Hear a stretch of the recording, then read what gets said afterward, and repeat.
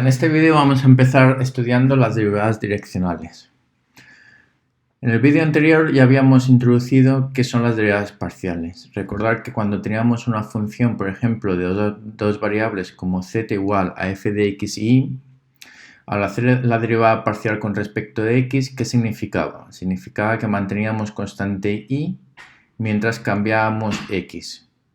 Eso significa que es cómo varía la función para un punto dado y a lo largo del eje de las x.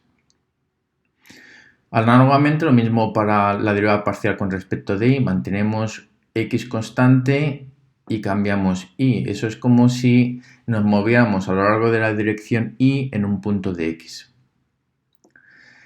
Pues bien, a veces no únicamente nos interesa saber cómo varía la función con respecto del eje x o y, sino que también nos interesaría saber cómo varía la función a lo largo de otra dirección, que no sean estos ejes.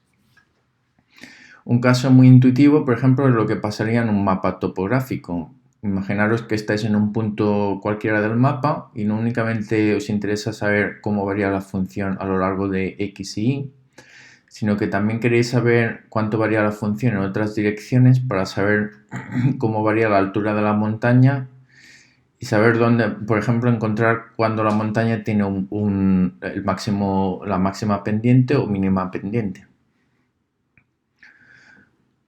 Entonces, para calcularnos la derivada direccional, o sea, cómo varía la función a lo largo de una dirección cualquiera, lo que vamos a hacer es parametrizar una recta alrededor de un punto x0 y 0.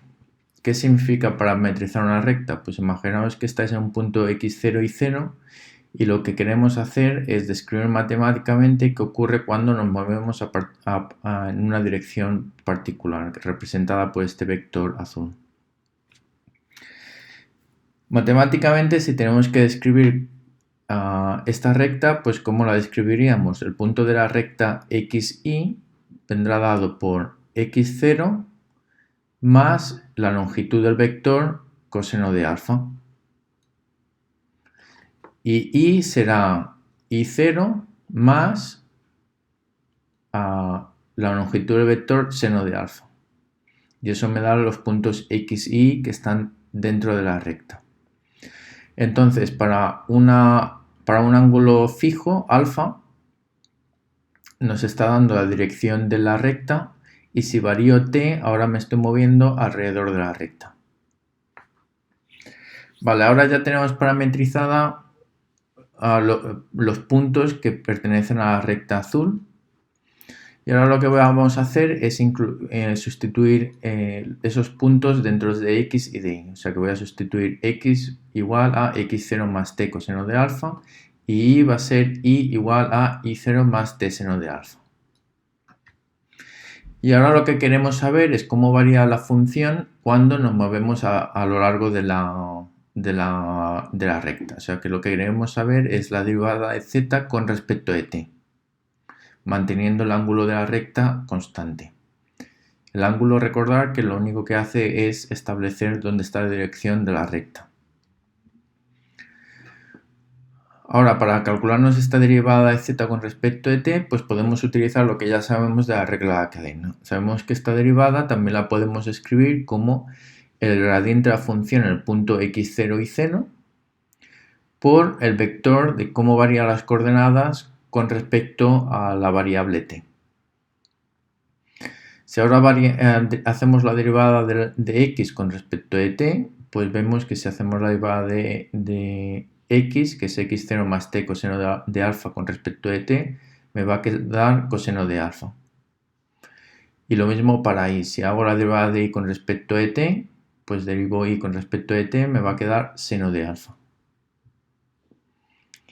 Y esto es precisamente la definición de derivada direccional a lo largo de la recta que viene definida por el ángulo alfa. Notad que esta derivada simplemente es el producto escalar del gradiente en el punto x0 y 0 y este vector que lo vamos a llamar u, que tiene componente coseno de alfa y seno de alfa. Notad que el módulo, la norma de u es igual a 1, porque el coseno de alfa más seno de alfa es igual a 1. Matemáticamente vamos a escribir que la derivada direccional como este símbolo de, y esto significa es la derivada direccional de la función en el punto xy a lo largo de esta dirección indicada por el vector unitario u. Y lo vamos a escribir como el gradiente de la función en el punto xy multiplicado por el vector unitario coseno de alfa seno de alfa. Y si hacéis este producto escalar, pues vais a obtener básicamente el producto de las derivadas parciales con el coseno de alfa y seno de alfa. Vamos a ver unos ejemplos de cómo calcular esta derivada direccional. Por ejemplo, imaginaros que os dan esta función 4 menos x cuadrado menos y cuadrado dividido entre 4 y os piden calcular la derivada direccional en el punto 1, 2 a lo largo del vector unitario que viene dado por el ángulo que es pi tercios. Ya sabemos que el coseno de pi tercios y el seno de pi tercios va a ser pues la componente x, coseno de pi tercios me va a quedar 1 medio, la componente y, que es seno de pi tercios, me va a quedar raíz de 3 dividido entre 2. O sea que este va a ser el vector u. Para calcularnos la derivada direccional necesitamos el gradiente, calculamos el gradiente primero. La derivada de la función con respecto de x va a ser menos 2x.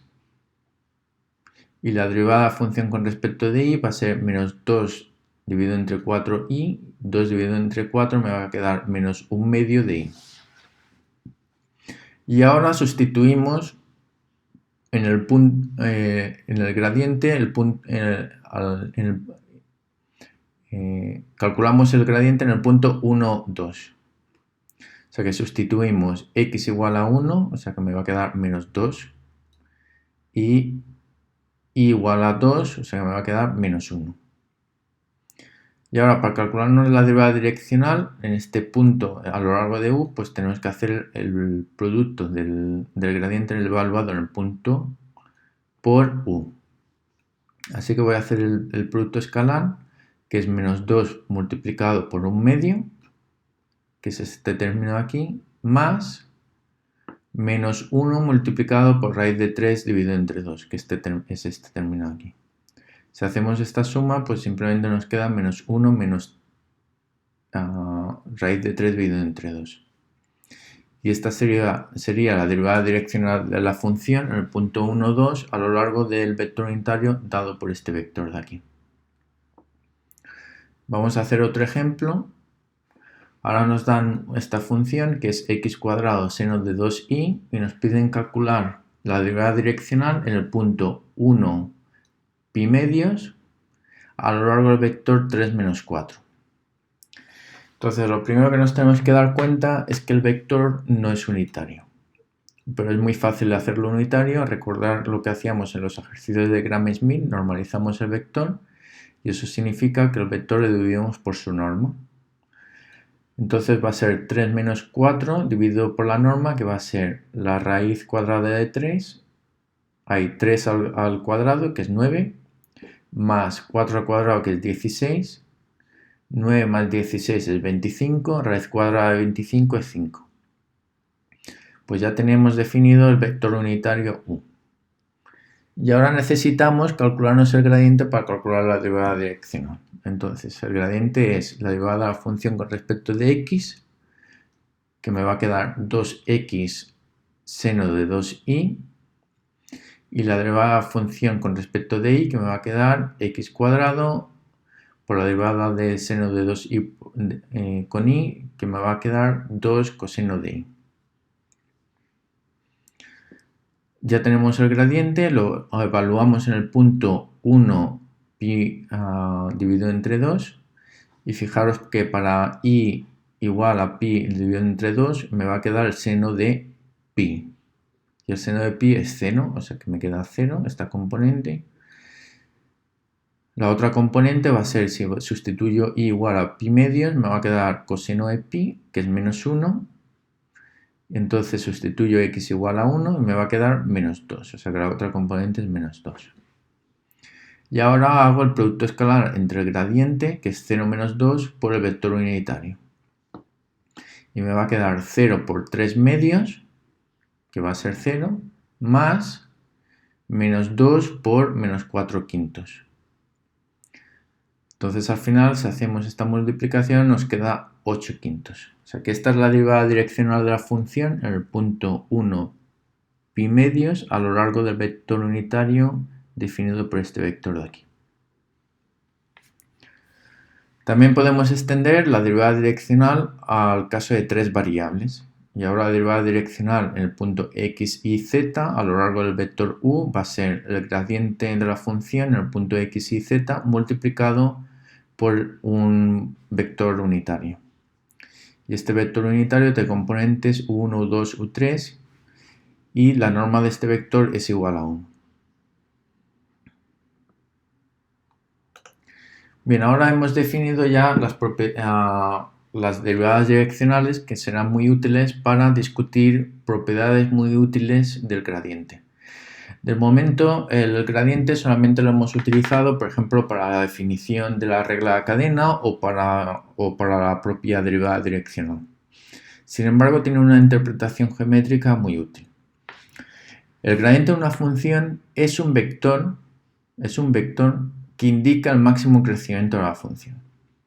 Vamos a justificar esta interpretación geométrica.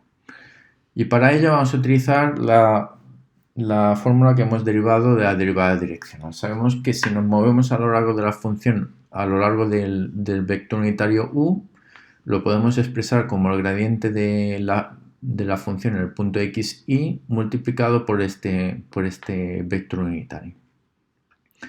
Ahora, este producto escalar puedo utilizar las propiedades del producto escalar que ya habíamos estudiado en el bloque 1 y también lo puedo escribir como la norma del vector gradiente, la norma multiplicada por la norma del vector unitario por el coseno del ángulo que forman estos dos vectores, el gradiente y el vector unitario.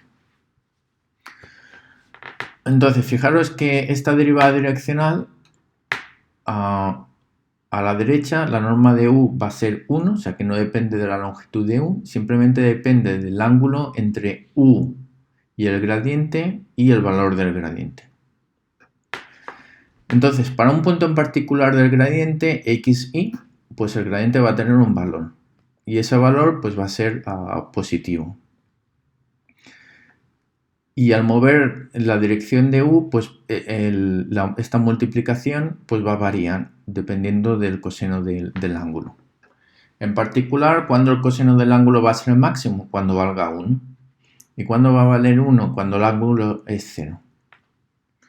Que eso significa que el vector unitario apunta en la misma dirección que el gradiente. Entonces, cuando variemos la función a lo largo del gradiente es cuando tendremos el máximo crecimiento de la función. ¿Vale? Con ello justificamos por qué el gradiente de una función nos indica el máximo crecimiento de la función, que es justamente cuando u va en la dirección del gradiente. ¿De acuerdo? Vamos a verlo de forma visual. Si ahora pintamos las curvas de nivel de esta función de aquí, que es una función polinómica, pues vais a ver que la función en esta área de aquí es mínima, mientras que en esta área de aquí es máxima. Fijaros que en esta área de aquí, que es mínima, la función va creciendo hacia los bordes. Y ahora lo que hacemos es pintar para diferentes puntos el vector gradiente, que el vector gradiente son estas flechitas que hemos dibujado de color azul. Y fijaros que el vector gradiente nos indica, siempre va en la dirección de máximo crecimiento de la función, ¿lo veis? Por ejemplo, aquí esta es máxima la función, es como si fuera una montaña y veis que el gradiente realmente apunta hacia el máximo crecimiento de la función. O por ejemplo, aquí en los bordes la función va creciendo cuando vamos cambiando de colores de más azul a más rojo. Y fijaros que el gradiente nos indica el máximo crecimiento de la función. También otro ejemplo sería, por ejemplo, un foco de un haz gaussiano. Vamos de 0 hasta 1 y fijaros que si pintamos el gradiente de la función, el gradiente es un vector que nos indica hacia dónde crece la función. O, por ejemplo, si dibujamos una función que va de 0 a 1 de derecha a izquierda y ahora pintamos los vectores gradiente para diferentes puntos de la función, fijaros que va a ser un vector que nos indique la dirección de derecha a izquierda. Análogamente, si el gradiente nos indica el máximo crecimiento de la función, si vamos en sentido opuesto, nos va a indicar el máximo descenso de la función. Que esto puede ser muy útil, como veremos en el próximo ejemplo, para química física. Otro punto interesante es qué ocurre si en vez de movernos en la dirección del gradiente, que es cuando crece de forma máxima la función, pues nos movemos perpendicularmente a la función. Por ejemplo, en este ejemplo aquí es claro. ¿Qué ocurre si nos movemos perpendicularmente al gradiente, al vector gradiente? Pues fijaros que lo que está ocurriendo es que me estoy moviendo alrededor de la curva de nivel. ¿Y eso por qué es? Pues vamos a pensarlo nuevamente con esta fórmula aquí. Si ahora nos movemos con un vector u que es perpendicular al gradiente, o sea, el ángulo es pi medios entre estos dos vectores, significa que el coseno de pi medio es 0. O sea que la derivada direccional es 0. Eso lo que nos está indicando es que la función no varía. Y por tanto nos estamos moviendo por puntos que son constantes. Por eso, al moverme perpendicularmente al gradiente, me estoy moviendo por la curva de nivel, porque son esos puntos en los que la función es constante. Así que el gradiente también es muy útil para saber e identificar dónde están las curvas de nivel. O, dicho de otra forma, el gradiente va a ser un vector perpendicular a las curvas de nivel. Y por último, vamos a acabar con un ejemplo de química física y es ilustraros por qué el gradiente puede ser útil para, por ejemplo, optimizar una molécula, un cálculo de una molécula. Imaginaros que tenéis una molécula cualquiera y vamos a variar dos enlaces de esa molécula, las podemos alargar o estrechar y lo vamos a identificar como una variable xy.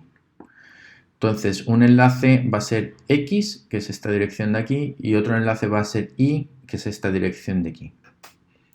Y yo me puedo calcular para cada geometría de la molécula, para cada enlace x, para cada enlace y, me voy a calcular la energía de la molécula. Y voy a obtener una superficie, por ejemplo, como la dada en este ejemplo.